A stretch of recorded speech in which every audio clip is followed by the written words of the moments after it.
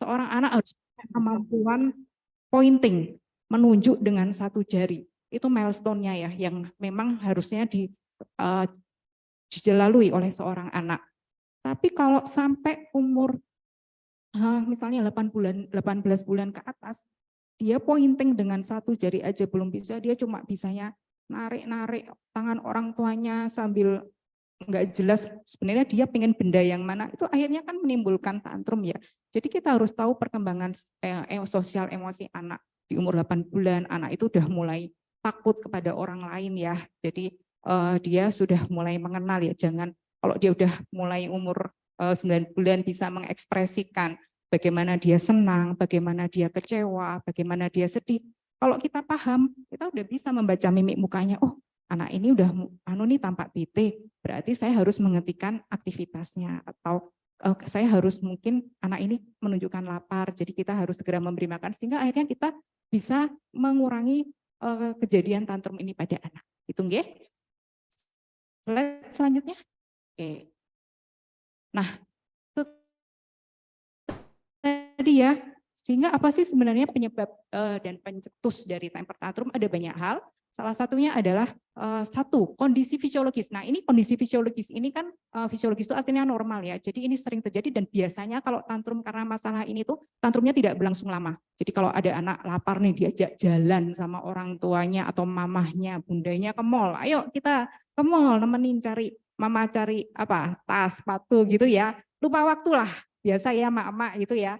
Jalan lupa waktu, tahu-tahu sudah jam 1 atau setengah 2 siang, anaknya lupa nggak dikasih maem, nggak dibawa ke tempat makan. Nah mungkin si anak ini sudah narik-narik mamah gitu ya, udah ngasih kode, tapi si ibunya ini terus saking asiknya lupa. Akhirnya yang terjadi si anak ini jadi marah, jengkel, tantrumnya keluar. Mungkin terus jadi cranky, yang awalnya dia bisa nahan cuma narik-narik, nggak segera orang tuanya ngeh, paham, akhirnya dia tahu-tahu nangis. Orang tuanya bingung, kenapa sih kok tahu-tahu nangis tanpa sebab? Nah dia lupa kalau sebenarnya anak ini lapar. Nah begitu oh iya udah jam 2 ya nak, udah setengah 3 apa gitu ya. Oke, lapar ya, kita makan. Cranky-nya berhenti, tantrumnya berhenti. Jadi ini yang dimaksud kondisi fisiologis ya. Bisa karena sakit, lapar, lelah, atau bingung. Tapi bisa juga karena dia memang sakit ya. Sakit misalnya ada anak yang susah mengekspresikan, dia tahu-tahu tepuk telinganya atau kepalanya gitu ya. Karena dia kalau biasanya kalau umur 1 tahun ke atas kan belum tahu ya ini telinga atau apa, belum bisa ngomong gitu ya, dia akhirnya cuma tepuk-tepuk telinga sambil nah kita harus lebih peka. Ini kenapa sih ya kok cranky, kok nangis, sambil melihat. Oh ternyata dia telinga, jangan-jangan ada masalah di telinganya seperti itu. Atau gangguan tidur. Nah ini beberapa akhir ini tuh banyak anak yang datang ke kami itu dengan masalah gangguan tidur. Ya gimana anaknya nggak cranky kalau tidur jam 11 malam baru tidur, habis itu jam 5, jam 6 harus sudah bangun dia. Akhirnya dia tidur yang seharusnya untuk anak-anak di usia 1 tahun itu dalam 24 jam itu sekitar 10 jam gitu ya sampai 12, dia cuma tidur 6 jam. Siang mungkin cuma 1 jam. Ya akhirnya kualitas tidurnya kan nggak bagus dan akhirnya kualitas life kualitas hidup dia sehari-hari ya jadinya nggak oke gitu ya. Jadi udah bangun jam 6, dia masih ngantuk sebenarnya, tapi karena ya aktivitas sudah dimulai, akhirnya anak menjadi lebih cranky, akhirnya bisa menjadi tantrum. Nah, gangguan tidur ini juga hati-hati karena ternyata beberapa karena masalah hubungannya dengan screen time. Ternyata dalam 24 jam dia screen time-nya jadi tontonan yang menggunakan layar kayak gadget, TV. Enggak kok dok, anak saya enggak saya kasih HP, dia TV, tapi TV-nya disambungkan ke internet, YouTube, ya sama aja ya jadinya ya nonton terus. Nah screen time ini ternyata kalau berlebihan dan tidak sesuai dengan rekomendasinya juga bisa menyebabkan gangguan tidur, akhirnya jadilah cranky atau tantrum, salah satu dampak dari gangguan tidur gitu ya. Nah ini yang ketiga penyebabnya sudah ya kita sebut tadi ya, bahwa anaknya menginginkan sesuatu tapi orang tuanya nggak ngeh, atau anaknya menghindar atau menolak hal yang tidak mau dilakukan. Jadi kadang kita sebagai orang tua itu kadang suka nggak ngeh gitu loh, bahwa anak ini sebenarnya nggak mau melakukan. Jadi contohnya, adik hari ini nanti pulang dari, padahal masih 3 tahun misalnya, pulang dari PAUD nanti langsung les ya, les musik. Habis itu habis les musik kita pergi. Habis itu nanti malamnya adik nanti les apa lagi gitu. Nah, anak ini sebenarnya udah lelah kan ya, udah 3 tahun PAUD sekolah, kemudian masih pengennya main, disuruh les lah sama orang tua, les bahasa Inggris, les ini. Akhirnya dia menghindar atau menolaknya bisa dengan cara tantrum. Karena mau ngomong, menjelaskan, Bunda, aku tuh capek loh, aku tuh pengen mainan, aku tuh pengen tidur. Mungkin dia masih belum bisa merangkai kata seperti itu. Kayak kita kalau sama suami atau sama pacarnya atau sama monggo siapa, kita protes kan bisa gitu ya. Nah, anak ini mungkin ada yang nggak bisa dia mengeluarkan. Jadi akhirnya yang terjadi ya dia cuma nangis, tantrum, dikit-dikit tantrum, nggak hanya pas hari les, tapi mungkin habis itu kebawa saking dia di sini saking dia tuh merasa frustasi untuk mengungkapkan penolakan tadi, bisa sampai tantrum ini berlangsung lama, misalnya akhirnya sore berhenti, malam nanti lagi, seperti itu. Slide selanjutnya. Oke, nah pada anak berkebutuhan khusus seperti autis, ADHD ya, hiperaktif, ini rata-rata mereka memang ada masalah tantrum ini lebih sering muncul dibandingkan memang anak yang perkembangannya normal. Jadi anak dengan hiperaktif ini kadang dia impulsif ya, tahu-tahu cuma disenggol temennya aja, kesenggol, tahu-tahu bisa gitu, tantrumnya bentuknya yang marah, teriak-teriak, bahkan bisa mukul. Nah, kalau ada hal-hal yang seperti ini terjadi dalam anak atau siapapun yang kita lihat, ini kok gampang banget mukul ya, gampang banget marah, teriak ya. Dan kemudian kita melihat perilakunya tidak sama dengan anak lain, yang lain bisa duduk dengan tenang, dia lari sana sini, kemudian juga dia nggak fokus. Nah, kita bisa tahu, jangan-jangan ada masalah perkembangan nih. Nah, jadi tantrumnya ini bukan tantrum yang normal lagi, tapi berhubungan dengan masalah perkembangan yang lain. Kemudian juga anak dengan intelektual disabilitas gitu ya, yang mohon maaf IQ-nya di bawah rata-rata. Itu rata-rata mereka juga disertai dengan gampang banget untuk tantrum. Juga anak dengan gangguan bahasa gitu ya. Kemudian temperamen anak. Nah, ini memang sifat dasar manusia itu kan beda-beda ya. Jadi anak yang dengan temperamennya juga memang dia yang easy going, sama anak yang memang dilahirkan dengan genetik temperamennya yang kepribadian tipe A, itu pasti juga akan berbeda untuk mengendalikan emosinya. Nah, lingkungan ini juga akhir-akhir ini juga saya nggak tahu, tapi kalau di Jawa Barat ya mudah-mudahan tidak, tapi di tempat kami, kemudian ada lagi provinsi dekat kami itu ternyata kekerasan fisik itu yang kami duga waktu pandemi itu meningkat itu karena efek pandemi, tapi ternyata setelah pandemi kok ya jumlahnya itu juga kok besar. Nah, kekerasan fisik ini seringkali tidak kita sadari ya. Sebenarnya kekerasan nggak hanya fisik ya, verbal pun juga termasuk ya. Ada verbal, ada fisik, ada seksual gitu ya kekerasan. Nah, ini sering kita tidak menyadari ada seorang anak itu ternyata mengalami kekerasan. Jadi dia tiap hari nangis, nggak jelas, terus ngalamun, kemudian tahu-tahu juga sedikit aja jadi gampang lebih nangis. Ternyata setelah dilacak, mohon maaf, ternyata dia mengalami kekerasan fisik, bahkan seksual. Nah, ini juga kita harus menggali, makanya kenapa kalau ada seorang anak yang tantrumnya itu tidak normal, ternyata bisa karena masalah kekerasan fisik, bahkan seksual, seperti itu. Nah, yang terakhir adalah pola asuh. Nah, ini ternyata pola asuh itu juga mempengaruhi perilaku anak, gitu ya. Pola asuh itu ada beberapa, ada permisif, otoriter, demokratis, dan inkonsisten. Nah, yang paling bagus adalah demokratis. Jadi demokratis ini anak itu bisa mengeluarkan pendapatnya dia, tapi tetap dalam rambu-rambu ya, dan orang tua juga akhirnya mendengarkan dan mereka mendiskusikan. Nah, ternyata pola asuh permisif ini yang paling dari riset, dari penelitian ya, itu ternyata dia yang paling mempengaruhi perkembangan anak. Permisif itu artinya apapun yang anak mau itu dikasih. Padahal sudah jelas ini kita larang, kita sudah di awal kita ada aturan, tapi ternyata karena mungkin ya, mohon maaf, ada sesuatu yang kadang membuat orang tua, aduh kasihan, akhirnya dikasih. Kita udah bilang rekomendasinya gadget, screen time untuk anak di bawah 2 tahun itu 0 time, 0. Jadi anak di bawah 2 tahun itu sebenarnya nggak boleh lihat gadget, lihat TV, intinya seperti itu. Boleh menggunakan HP hanya untuk video call atau komunikasi. Tapi kalau untuk tontonan, bahkan itu sebenarnya rekomendasinya zero time. Nah, tapi karena dia udah mulai, aduh ibunya lagi sibuk nih misalnya.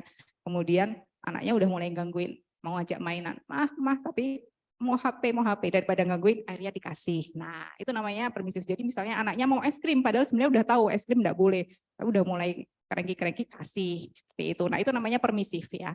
Otoriter. Kalau otoriter itu yang pokoknya semua keputusan ada orang tua. Kamu harus dengerin mama, papa. Jadi anaknya tidak bisa mengutarakan apa pendapatnya. Nah, inkonsisten ini ternyata juga penting berpengaruh banget nih inkonsisten ini campuran. Jadi misalnya mohon maaf, ada keluarga yang tinggal di situ 2 keluarga gitu ya, atau deketan nih sama utinya misalnya, sama akungnya. Ibunya udah jelas, adik pokoknya enggak boleh ya, umur 3 tahun, adik kan setengah jam ya untuk rekomendasi HP. Adik boleh tapi dalam sehari cuma setengah jam ya main nonton HP-nya gitu ya, dengan tontonan yang memang untuk anak 3 tahun. Udah jamnya habis nih, adik udah selesai, bunda minta ya, 5 menit lagi selesai loh, 5 menit lagi bunda minta. Nah, begitu 5 menit kita ambil, kerengkilah dia, nangis.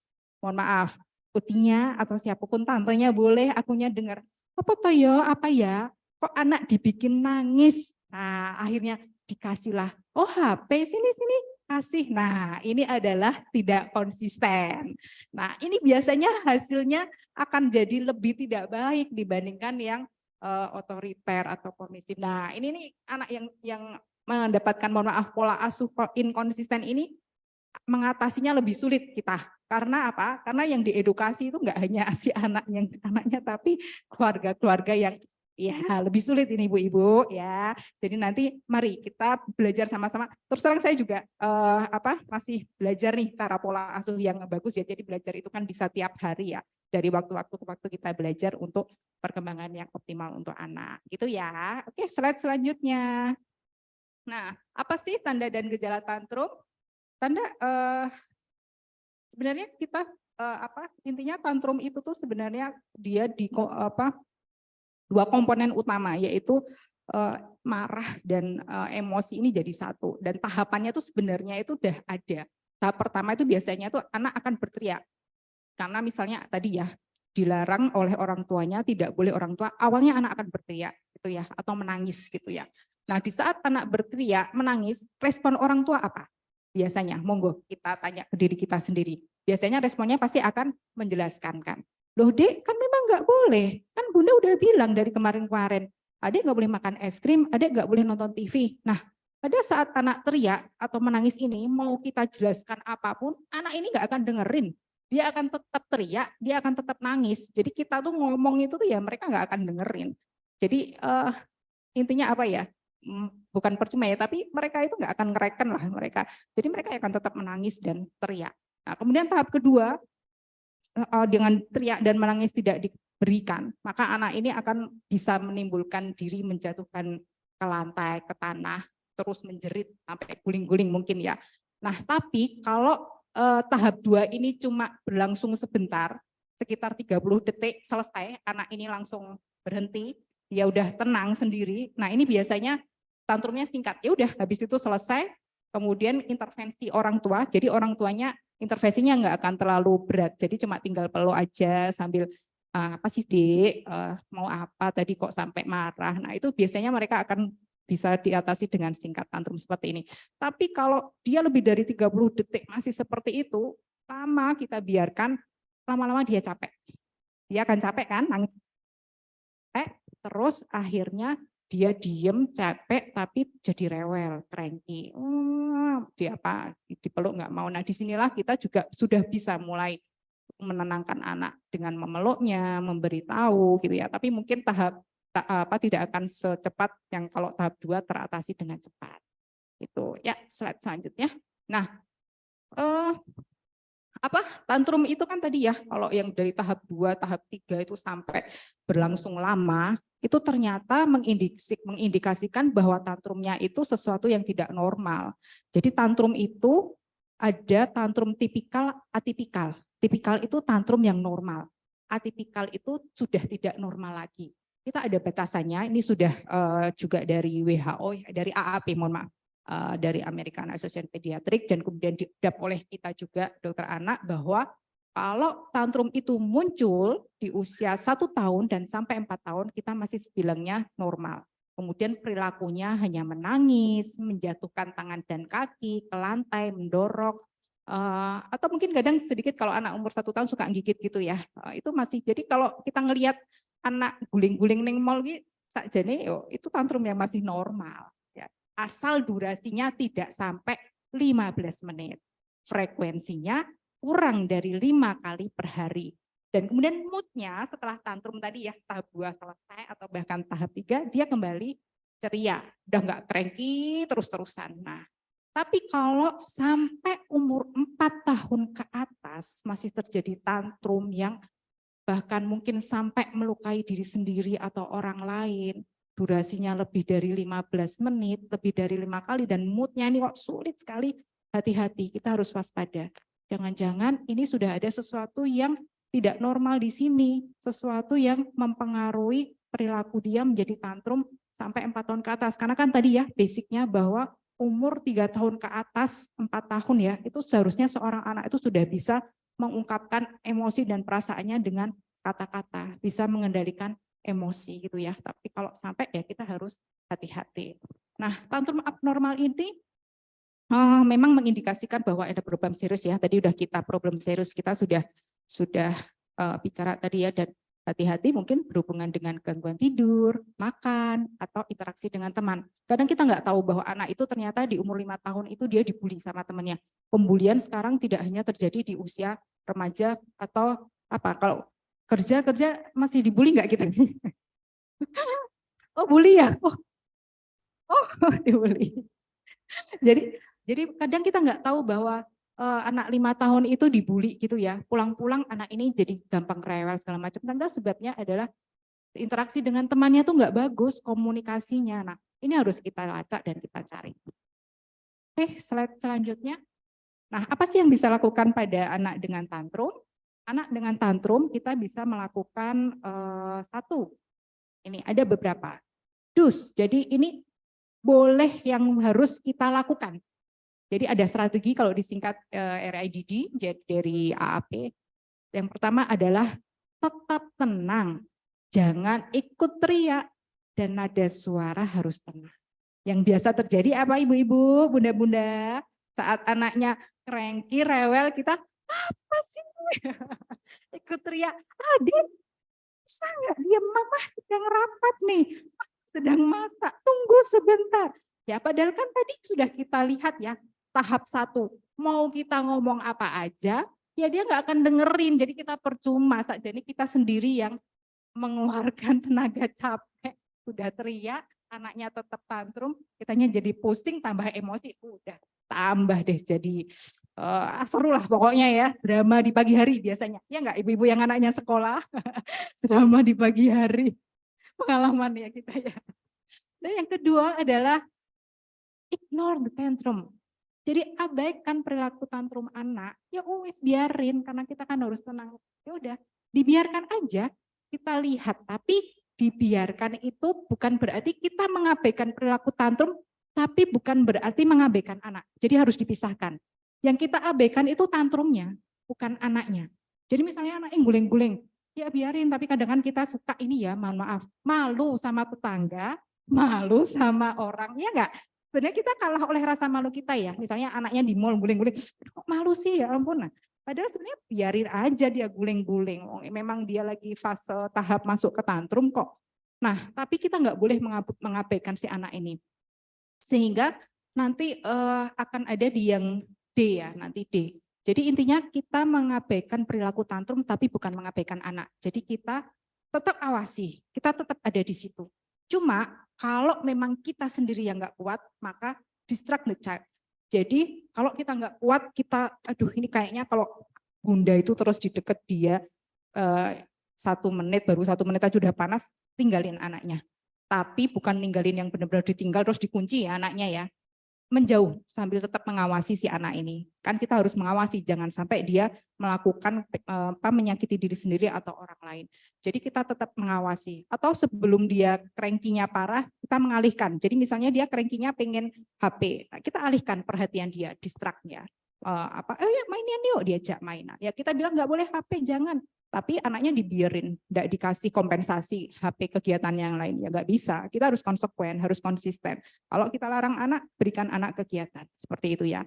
Kemudian yang keempat, terakhir adalah do say yes. Jadi kalau nanti akhirnya kita menemukan, kok anaknya mulai mau melakukan tindakan menyakiti diri sendiri, atau dia memang kayak sudah butuh, maka kita harus segera mendekat.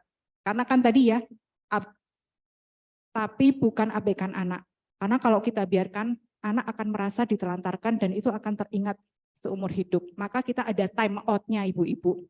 Time out-nya itu 1 usia, plus usia. Jadi misalnya ada anak usia 2 tahun tantrum, maka sampai 3 menit dia masih belum berhenti, kita harus menampakkan diri. Kita mendekat, melihat gitu ya. Jadi dia merasa bahwa kita itu ada, kita bukan mengabaikan dia, tapi kita itu yang nggak suka sama perilakunya, seperti itu. Tapi kalau terlalu sering time out, itu juga akhirnya efektivitas dari RIDD tadi itu juga nggak berkurang. Apalagi kalau ada intervensi dari, mohon maaf, orang luar yang akhirnya, apa toh gitu.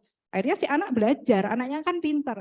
Oh iya, wong kalau aku nangis, bunda nggak ngasih, tapi nanti Uti ngasih kok. Ya udah, aku terusin aja tantrum. Dan perilaku itu akan dilakukan dari hari ke hari ya. Jadi ini yang intervensi atau rekomendasi yang bisa kita lakukan pada anak yang sedang tantrum.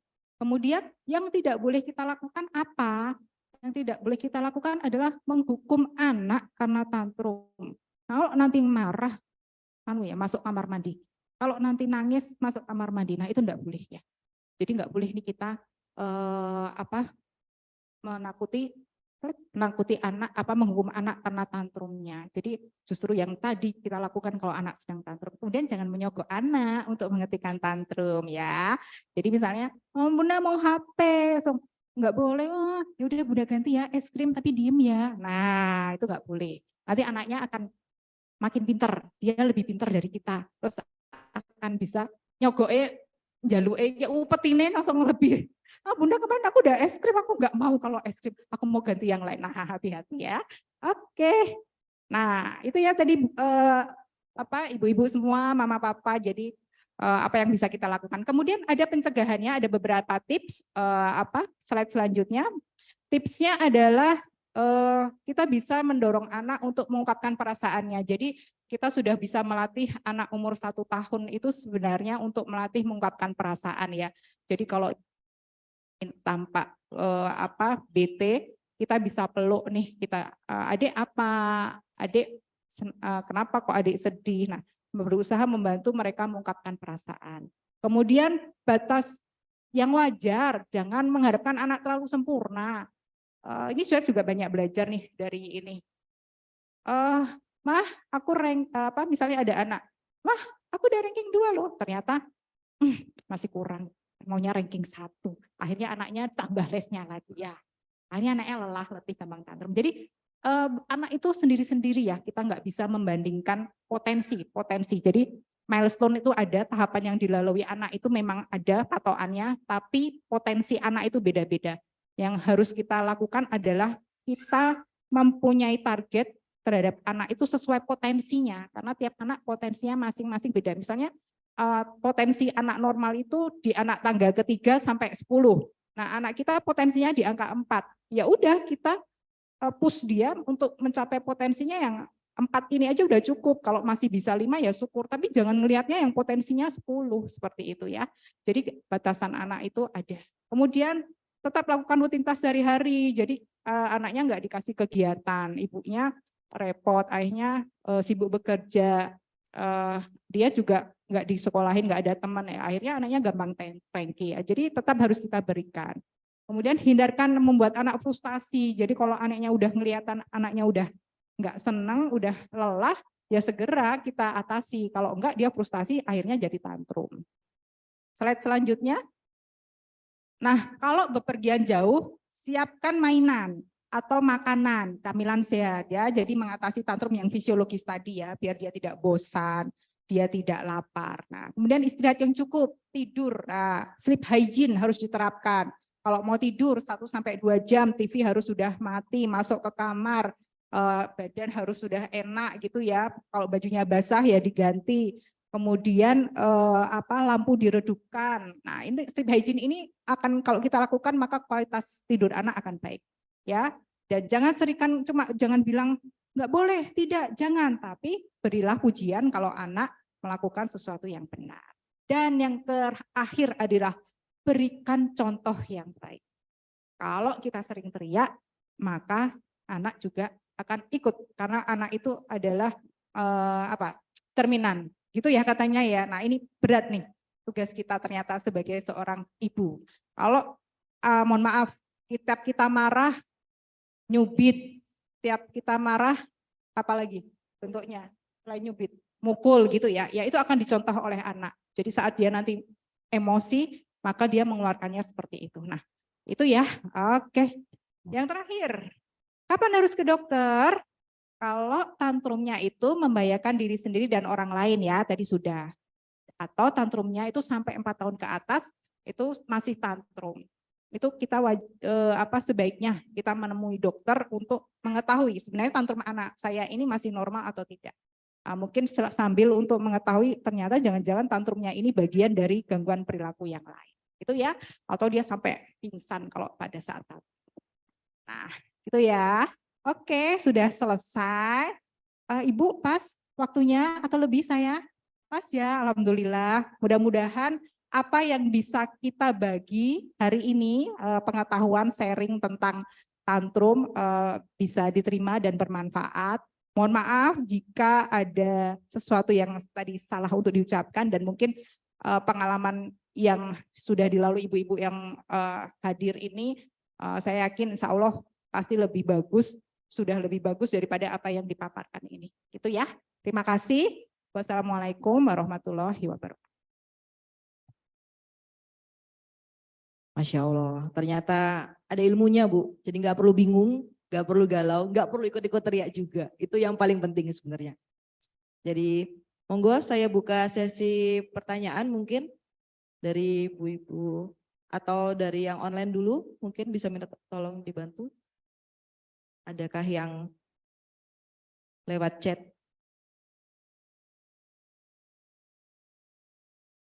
Atau mau langsung open mic juga boleh, mungkin ibu-ibu di subunit yang online. Ini kayaknya daftar hadir ya. Ada door prize-nya loh Bu. Nanti dititipkan ya. Door prize cantik dan menarik. Atau ini tadi dari Bu Desi sebenarnya mau menambahkan, kalau nggak tentang tantrum juga boleh Bu, atau tentang tumbuh. Insya Allah, mumpung ada konsultasi tumbuh kembang. Ada, oh ya. Atau itu tadi Bu Anita Andriati, boleh langsung open mic aja Bu. Ya, Assalamualaikum Ibu. Izin bertanya Ibu, gimana ya cara kita menyikapi anak yang tantrum di tempat umum misalnya gitu, di mall misalnya atau nggak di tempat umum lainnya. Misalnya ketika di mall dia ingin mainan tapi mainan itu misalnya sudah ada di rumah, nah, tapi dia kekeh pengen mainan itu gitu. Nah kita sebagai orang tua bagaimana ya menyikapinya, karena kan kalau di tempat umum takutnya ngeganggu orang banyak gitu kan, menyikapinya bagaimana kita agar tetap tenang, agar kita tetap tidak malu juga gitu ya Bu, maksudnya. Gitu, ya. Tidak malu dengan lingkungan sekitar seperti itu ya. Iya betul gitu Ibu. Ya, Oke, Bu Anita kita tampi dulu ya. Kita terima dulu saja. Ya, terima kasih. Mungkin ada yang lain, mangga.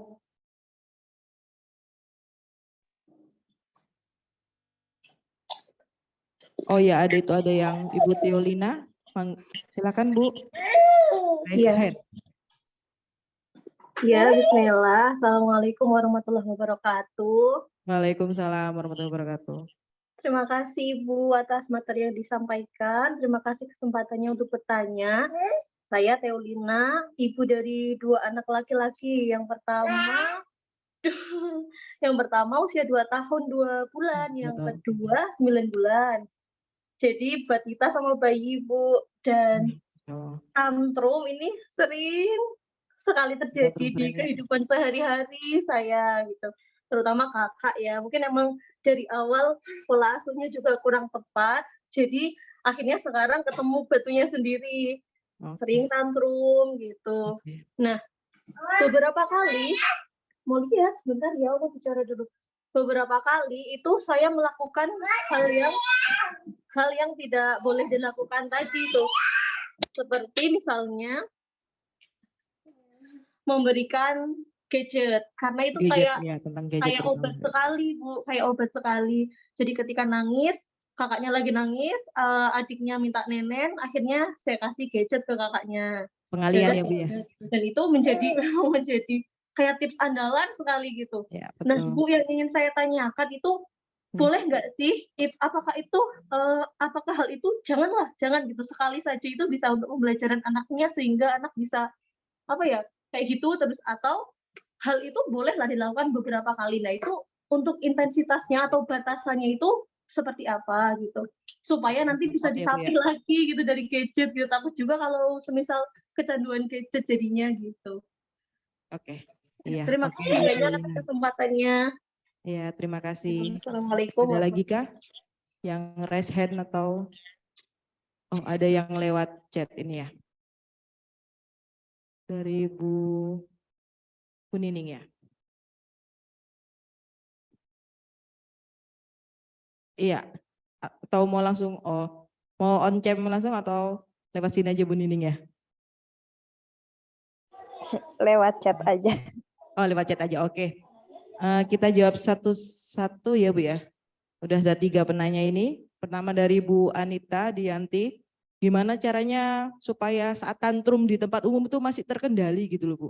Nggak sampai malu-maluin kita sendiri atau mengganggu orang lain. Monggo. Terima kasih. Tadi kasusnya contohnya di mall gitu ya, mainan. Nah, tadi sebenarnya bisa kita agak flashback ke pemaparan tadi ya, bahwa sebelum anak tantrum ini sebenarnya kita bisa melakukan pencegahan tadi ya. Jadi kalau misalnya dia udah melewati nih toko mainan yang mainannya menarik nih, dia udah mulai, Bunda mau mainan. Nah, kita udah paham nih, atau bahkan mungkin kalau yang sudah punya pengalaman tadi ya, bahwa ini anak biasanya kalau ditolak pasti jadi tantrum deh, pasti langsung nangis, guling-guling. Nah itu kita bisa langsung melakukan pengalihan, distract tadi ya. Jadi kalau dia udah mulai bilang mau mainan, kita udah ngelihat gelagatnya itu, kita alihkan. Oh Dek, bentar, yuk kita lihat di sana ada sesuatu yang lebih menarik loh. Misalnya apa ya, di mallnya mungkin saya, kita lihat yuk, itu ada toko olahraga misalnya. Siapa tahu di sana nanti kita lihat-lihat sepeda yuk, atau bola basket gitu kan. Atau mungkin distraksi, oh Bunda mau ke kamar mandi dulu bentar ya nak ya, yuk ke kamar mandi. Habis itu nanti terus habis dari kamar mandi jalannya jangan lewat toko mainan lagi. Nah itu salah satu pencegahannya ya Bu ya. Tapi kalau sudah terlanjur terjadi tantrum, tadi kita ingat lagi intervensi atau tata laksana tantrum tadi ya. Satu, kita memang harus tenang, dan ini tenang ini memang ilmunya ya dari diri kita sendiri. Kita tarik nafas, terus berusaha mengingat tentang tantrum tadi ya. Tenang, karena kalau aku ngomong terus pasti dia akan tambah cranky, rewel. Jadi kita menenangkan diri kita sendiri juga, kemudian kita tarik nafas, istighfar gitu ya, sambil kita biarkan anak ini tantrum kalau sudah terjadi tantrum. Karena kita ingat, kalau pas kondisi tahap 1 dia sedang tantrum, nangis, guling-guling, kita mau ngomong apapun, kita mau narik dia keluar dari toko itu, yang terjadi adalah anaknya justru malah tambah tantrum. Tapi memang Bu, mengubah sesuatu itu, apalagi perkembangan perilaku anak ya, itu tidak semudah hitungan hari seperti kita mengobati batuk pilek 1-3 hari yang mungkin dengan obat sembuh ya. Nah, tantrum ini termasuk perkembangan perilaku ya, gangguan perilaku gitu ya. Kalau yang sudah tidak normal ya, tapi kan tadi perkembangan normal ya. Nah, ini nggak gampang. Jadi kalau dia udah terbiasa seperti itu, kita butuh waktu agak lama. Mungkin 1 hari kita gituin ya, kita yang memang harus tahan malu juga gitu loh Bu ya, dengan orang sekelilingnya. Tapi kembali yang diviralkan tadi ya, ternyata memang seperti itu tata laksana tantrum, dia guling-guling, ya wes biarin wae sambil dilihatin. Enggak boleh, pokoknya Bunda mau ke sana. Dia guling-guling, Ibu boleh tetap jalan sambil sesekali tapi melihat kalau Ibu apa yang tadi ya, tidak kuat menahan emosi, Ibu agak menjauh sambil jalan menjauhi toko mainan itu sambil tetap melihat anak itu bagaimana. Rata-rata nanti dia biasanya akan ngikut Bu. Karena di orang tuanya pergi, dia akhirnya pergi. Nah, saat dia mulai tenang, ya udah kita baru peluk dia sambil kasih tahu, kan adik sudah punya mainan yang sama di rumah. Nanti lain kali ada waktunya kita belinya, mungkin Ibu udah punya perjanjian gitu ya sebelumnya ya, 1 bulan sekali beli mainan. Nah, kan janjinya kemarin 1 bulan sekali. Sabar ya, yuk sekarang kita makan dulu aja atau beli es krim atau apa gitu ya. Tapi kalau anaknya udah tenang, jangan es krim itu untuk yang tadi, nggak boleh. Kalau anaknya udah mulai tantrum, nggak boleh nanti ini gantinya mainan yuk Bunda beliin es krim. Nah itu yang nggak boleh kan. Tapi kalau dia udah tenang, kita boleh ngasih reward Bu. Jadi ada reward and punishment sebenarnya sistemnya. Jadi ini sebagai reward, tapi kita akan berikan kalau anaknya sudah tenang. Bukan saat anaknya masih rewel, kita berikan itu sebagai sogokan. Nah itu ya mungkin nanti bisa membantu. Jadi tadi kita tetap tenang, dan tenang itu ya kita sendiri yang menimbulkan, istighfar, mungkin orang di sekelilingnya. Jadi kita berusaha tenang. Ayahnya misalnya sebelah udah malu toh Bun, wah anaknya rewel ngono isin malu, ayo cepet lah beliin aja. Nah jadi harus konsisten antara suami dan istri. Kalau enggak ibunya udah nahan tenang, bapaknya panik, panik lagi kita. Atau ibunya udah panik, bapaknya nggak menenangkan misalnya, tambah panik, ya udah sama-sama panik, akhirnya anaknya tata laksana tantrum tadi tidak terlaksana. Itu nggih. Yang kedua mungkin tadi apa? Gadget tentang screen time, jadi ya batasan ya. Jadi memang ini sudah ada penelitiannya bahwa kecanduan, bukan kecanduan ya, kalau kecanduan udah tingkat lebih. Jadi pemaparan gadget yang tidak sesuai pada rekomendasi. Jadi sejak dini dia diberikan. Jadi rekomendasinya itu 2 tahun ke bawah itu zero time. Tidak boleh ya sebenarnya. 2 tahun sampai 3 tahun itu hanya setengah jam. 3 tahun ke atas 1 jam, kemudian kita ini sebenarnya 2 jam. Tapi kembali gadgetnya itu untuk apa? Gitu. Kalau untuk kerja ya kita nggak bisa ya cuma 2 jam, karena kan sekarang semua pekerjaan pakai layar. Tapi kalau 2 jamnya itu kita untuk nonton Korea, Ibu Korea, drakor, atau nonton apa ya itu kita harus kasih waktu 1 jam sampai 2 jam, termasuk remaja juga. Maksimal sebenarnya remaja 1 jam sekarang, kecuali untuk dia mengerjakan tugas, it's okay ya, karena semua sekarang tugas juga lewat itu. Nah, kalau ini tidak kita lakukan, dampaknya itu ada. 1, gangguan bahasa. Jadi sudah ada penelitiannya bahwa anak yang mendapatkan screen time berlebih dan sejak awal dikasih, itu biasanya dia akan beresiko, jadi bukan berarti pasti ya, beresiko mengalami keterlambatan bahasa. Yang kedua, jadi perilakunya tidak fokus atau inatensi, hiperaktif, atau ya itu gampang rewel, agresif itu gampang marah ya. Mungkin bentuknya nggak memukul, tapi dia gampang marah, teriak, ngelempar. Nah, yang jangka panjangnya ternyata screen time yang berlebihan dan di awal ini dia bisa menurunkan potensi dari IQ-nya. Nah ini yang ternyata dampak dari screen time yang berlebih ini memang dahsyat sekali. Jadi ya kita sebagai orang tua mulai tegas. Kalau memang nggak boleh. Sama kembali Ibu, mohon maaf. Memang ini nggak mudah ya. Memang ini adalah rekomendasi, prakteknya ini memang tidak mudah, butuh effort dan dukungan dari keluarga, dan tidak mudah merubah yang dia awalnya sering kita kasih HP, kemudian 1 hari nggak kita kasih HP, pasti dia akan cranky sekali, pasti akan tantrum. Tapi kalau kita ngalah lagi, yang terjadi akan seperti itu. Kembali anak akan belajar, oh aku ngamuk, ibu ngasih kok, mama tetap ngasih, ya udah aku ngamuk aja. Jadi tiap hari dia nggak dikasih HP, dia akan mengulang lagi perilaku itu, diulang, akhirnya nggak selesai. Jadi kita 1 hari itu ya udah Bu, memang kalau nggak boleh, kita harus tegas dan konsisten. Ya memang dampaknya yaitu kembali kita harus yang tahan diri, tahan emosi, tahan malu juga. Ya, tapi ini demi perkembangan anak ya. Jadi kita harus mulai. Jadi nanti di hari kedua dia mulai, harapannya hari kedua, ketiga dan seterusnya dia akan mulai tahu. Oh iya, aku nangis sampai apapun ibu juga tetap nggak ngasih. Oh, aku yang capek. Akhirnya nanti bisa akan mulai diajak bekerja sama. Dan nanti di malam harinya Bu, mungkin pas mau tidur itu bisa kita ajak bicara. Kakak tadi nangis ya siang, guling-guling minta HP, kan Bunda udah bilang, Umi udah bilang bahwa HP kakak cuma setengah jam, misalnya dia dapat setengah jam. Setengah jam itu cuma buat nonton ini loh Kak, habis itu enggak boleh, nanti kita mainan yang lain ya. Jadi tiap malam menjelang tidur pada saat kondisi tenang itu kita bisa memasukkan sesuatu yang positif. Harapannya nanti pas pagi hari dia mengulang, sebelum dia cranky kita udah bilang, kan tadi malam kita udah sepakat diskusi, HP-nya cuma setengah jam. Nah seperti itu. Jadi memang untuk HP harus mulai diatur gitu. Kemudian yang ketiga Bu, saat mau sekolah, nah ini tergantung Ibu usia sekolah usia berapa. Jadi sebenarnya yang disebut usia sekolah ini ada pemaparannya sendiri sebenarnya. Nanti kita nggak habis, waktunya habis. Jadi hanya singkat aja ya. Sebenarnya kesiapan sekolah ini juga ada ilmunya Bu. Jadi kenapa pemerintah itu SD itu 7 tahun, karena memang dilihat secara perkembangan psikologis itu di usia 7 tahun inilah seorang anak siap sekolah.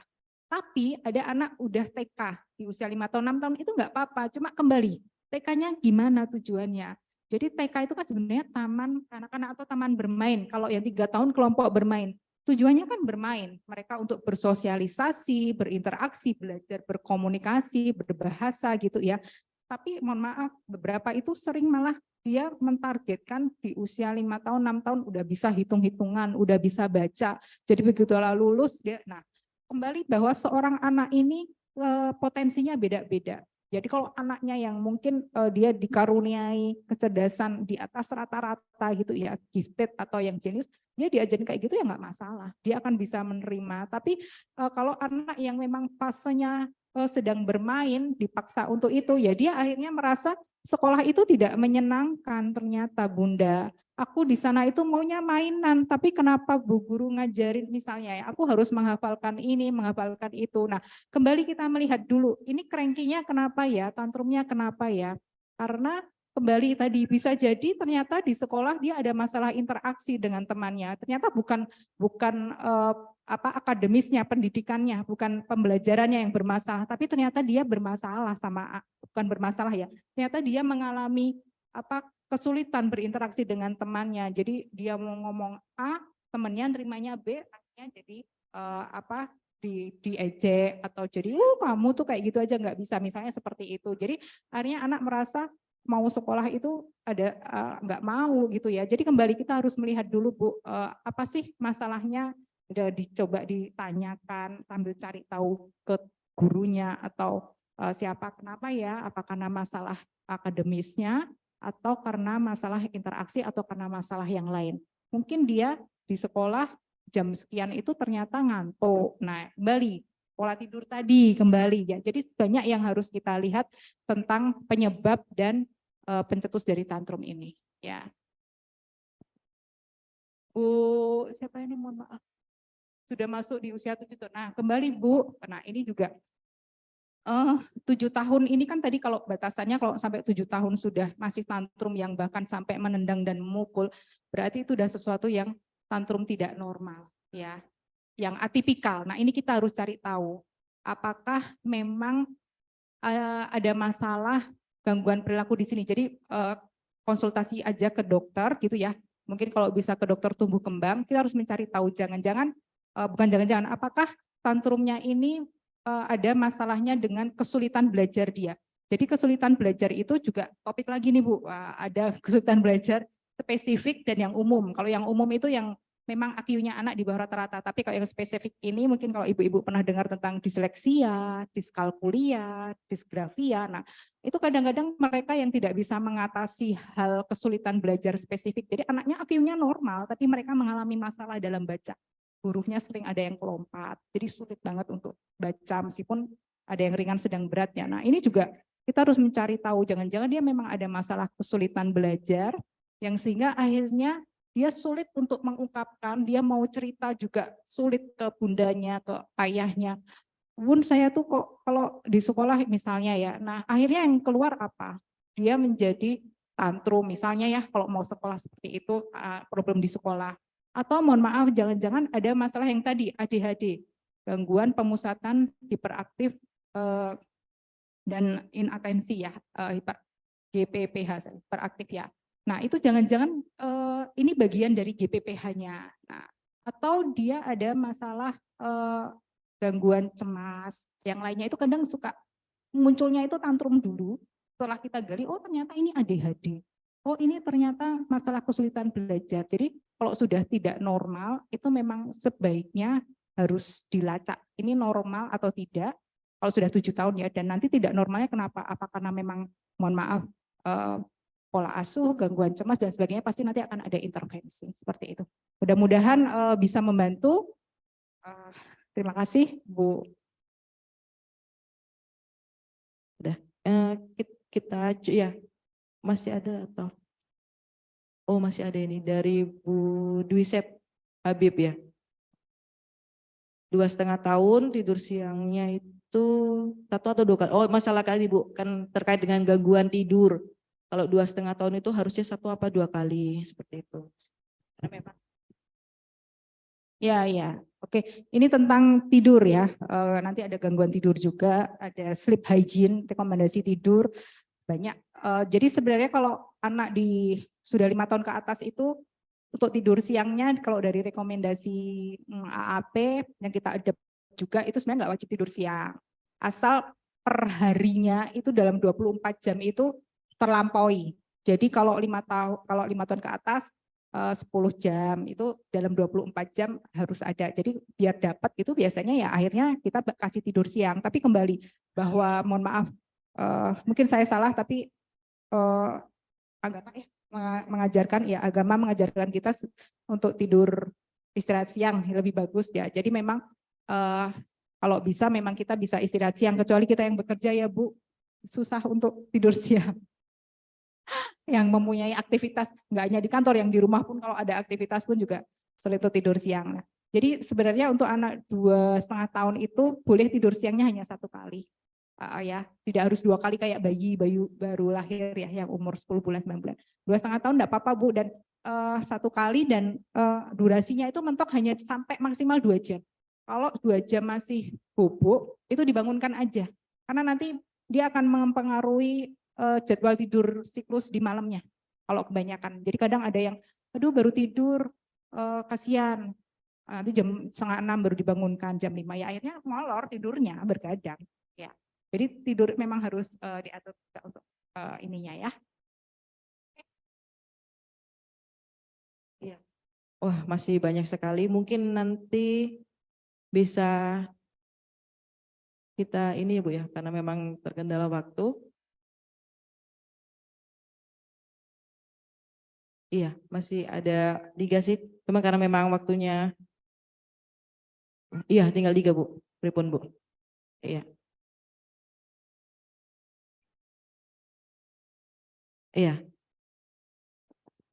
Sama. Oh ya 3 lagi ya. Oke. Punten karena. Iya, karena keterbatasan waktu ini Bu ya, antusiasmenya banyak. Cuman ini coba kita kalau dampak yang tentang Bu Siti Suhatini ya. Oh ini anaknya agak. Untuk dampak negatif dan positif tantrum ya. Jadi kalau positifnya ya sebenarnya anak dari itu kan perkembangan normal ya. Dia belajar bagaimana cara mengendalikan atau mengelola emosi. Jadi ada dampaknya, dia jadi belajar bahwa oh ternyata aku mengendalikan emosiku dengan cara seperti ini itu tuh nggak benar juga gitu loh. Jadi akhirnya dengan tantrum ini anak akhirnya melewati perkembangan normalnya dia ya, selama tantrumnya masih tantrum yang normal ya, dia jadi bagaimana dia harus mengendalikan emosi. Oh ternyata dengan berkomunikasi yang baik itu jadinya lebih bagus loh hasilnya. Untuk aku membicarakan baik dengan Bunda, ngomong baik-baik, itu ternyata hasilnya bagus daripada aku tantrum seperti itu. Nah kalau negatifnya ya, kalau dia akhirnya dengan tantrum terus kemudian orang tuanya kalah, ya negatif, akhirnya tantrumnya jadi berdampak negatif. Jadi dia akhirnya akan memegang ini terus bahwa setiap aku minta sesuatu aku bisa dengan tantrum, dan itu bisa sampai berdampak besar, mungkin yang sampai dia mukul, sampai dia yang besar juga guling-guling. Jadi memang segala sesuatu ada dampak positif dan negatifnya, asal rekomendasi untuk penanggulangan tantrum tadi dilakukan, insya Allah nanti akan dampaknya menjadi positif. Itu ya. Oke, terus sudah ya. Oke. Oh ya, oke. Terima kasih. Semoga bermanfaat ibu-ibu ya. Nanti kalau ada masih kita nanti mungkin ada sesi lagi, mudah-mudahan ya untuk sharing knowledge ya. Oke, nanti by ini aja WA gitu ya di grup ya. Oke, terima kasih. Alhamdulillahirrahmanirrahim. Ternyata ada ilmunya ya ibu-ibu ya. Jadi nggak perlu bingung lagi. Jadi tantrum itu sebenarnya adalah wajar. Tergantung orang tua. Kalau kita semakin heboh, semakin tidak tenang, ya akan mengganggu perkembangan anak itu sendiri. Cuman ya perlu pola-pola penanganan seperti tadi ya. Ada yang jelas kita harus stay cool dulu Bu. Biarkan anak itu mengalami tahap 1. Nanti kita setelah anaknya sudah mulai mereda, maksimumnya 30 detik. Seperti itu. Kita baru mencoba untuk memeluk seperti itu ya. Karena memang anak ini amanah ya Bu ya. Itu yang agak susah, dan yang cerminan itu mungkin di pola asuh seperti itu ya. Harapannya semoga kita diberikan kekuatan Ibu ya, kesabaran terutama ibu-ibu ini. Dan sebenarnya di balik kesabaran itu juga ada ladang pahala yang subhanallah loh Bu. Kalau kita isi dengan istighfar, subhanallah sekali berarti. Seperti itu. Ya sedikit dari saya, demikian saja tentang tantrum ini. Terima kasih untuk pembicara yang luar biasa. Saya kembalikan ke pembawa acara.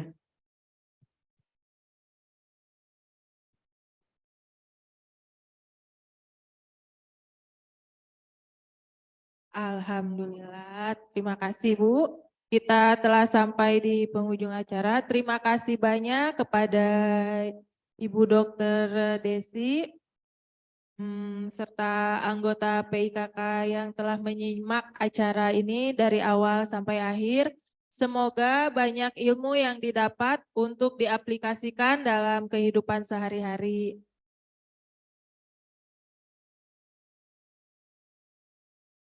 Saya mewakili panitia yang bertugas menyampaikan mohon maaf atas segala kekurangan.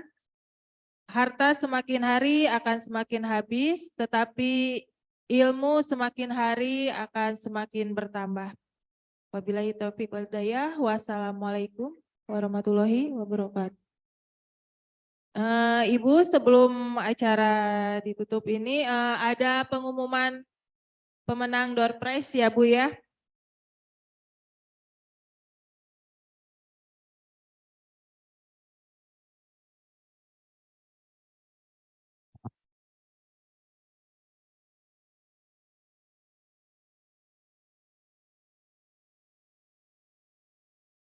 Ibu-ibu ada pengumuman pemenang door prize ya, ada 5 penanya terbaik. Yang pertama Ibu Anita Deni. Yang kedua Ibu Teolina Aziz, yang ketiga Ibu Nining Cephedar, yang keempat Ibu Isma Teguh, yang kelima Ibu Dwi Sep Habib. Selamat kepada pemenang door prize. Nanti menghubungi panitia ya Bu ya. Terima kasih. Atau nanti yang domisilinya jauh nanti dititipkan aja ke para bapak-bapaknya. Terima kasih. Sekian. Wassalamualaikum warahmatullahi wabarakatuh. Terima kasih Ibu-ibu. Terima kasih Bu. Ibu. Terima kasih Bu. Kita foto bersama dulu boleh? Nah, kameranya sebentar aja. Oke.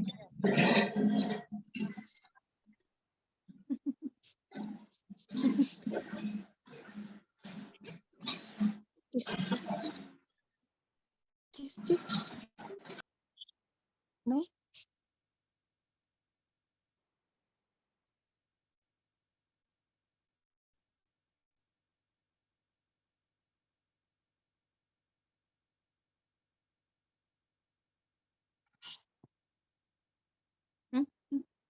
No, no.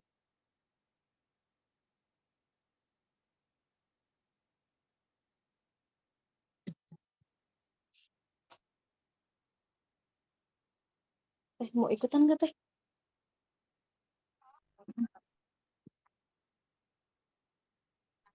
Bisa sama ibu-ibu. Ayo Bu Ana.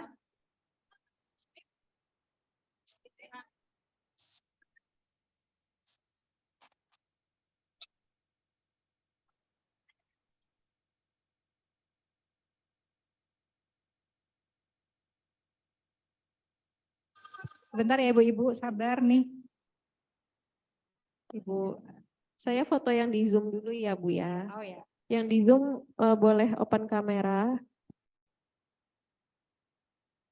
Ya. Saya hitung ya, 1, 2, 3.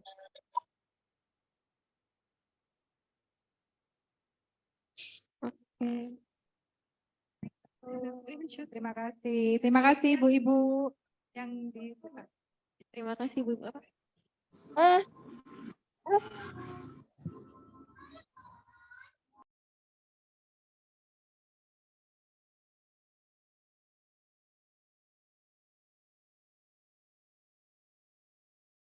Ya, terima kasih buat ibu-ibu yang sudah bergabung secara online. Ya. Ya. Boleh live Zoom, Bu? Yeah. Terima kasih ya Ibu-ibu untuk kehadirannya. Sehat selalu. Sampai jumpa lagi nanti.